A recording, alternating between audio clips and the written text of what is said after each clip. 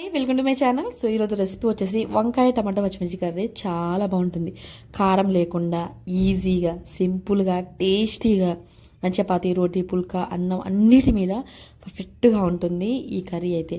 ఒక్కసారి ఇలా ట్రై చేయండి, చాలా బాగుంటుంది. నేనైతే ఇక్కడ తెల్ల వంకాయలు తీసుకున్నాను అనమాట. ఇది వచ్చేసి 1/2 కిలో వంకాయలు అయితే తీసుకున్నాను అనమాట. ఒక పెద్ద సైజు టమాటాలు, ఒక 10 పచ్చిమిర్చి అండ్ ఒక చిన్న ఆనియన్ అనమాట. సో ఇవన్నీ ఇలా కట్ చేసుకోండి. పచ్చిమిర్చి పొడుగ్గానే కట్ చేసుకొని, టమాటా పెద్ద కట్ చేసుకున్న పర్లేదు, చిన్న కట్ చేసుకున్న పర్లేదు అనమాట. సో బాండీ పెట్టేసి సో కొంచెం హీట్ అయినాక ఆయిల్ అయితే ఒక 2 టేబుల్ స్పూన్ ఆయిల్ అయితే యాడ్ చేసేసుకోండి అనమాట.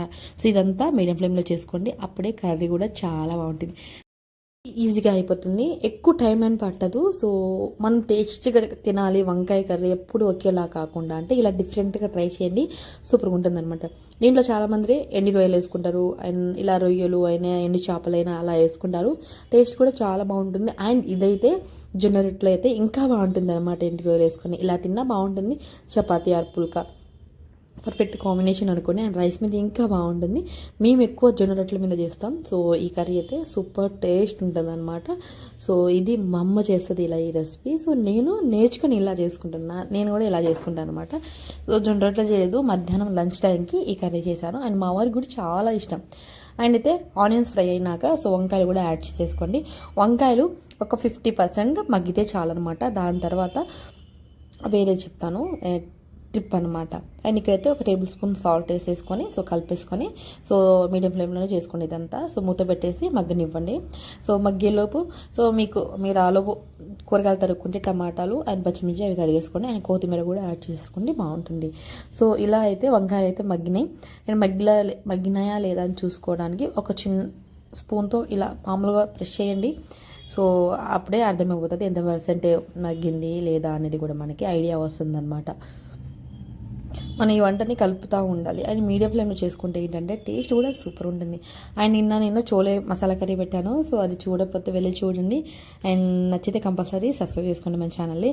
అండ్ ఇక్కడంటే సో పచ్చిమిర్చి టమాటా రెండు సార్లు వేయం, ఒకేసారి టమాటా పచ్చిమిర్చి వేసేస్తే చాలా బాగుంటుంది. ఆ టేస్ట్ అయితే సూపర్ ఉంటుంది తెలుసా. అండ్ వంకాయలు పచ్చిమిర్చి టమాటాలు ఇలా అన్నీ మగ్గి పెట్టుకునే వాళ్ళు ఉంటారు.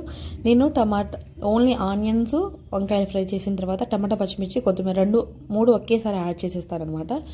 కర్రీ మగ్గుతుంటే మంచి ఫ్లేవర్ వస్తుంది, సూపర్ ఉంటుంది.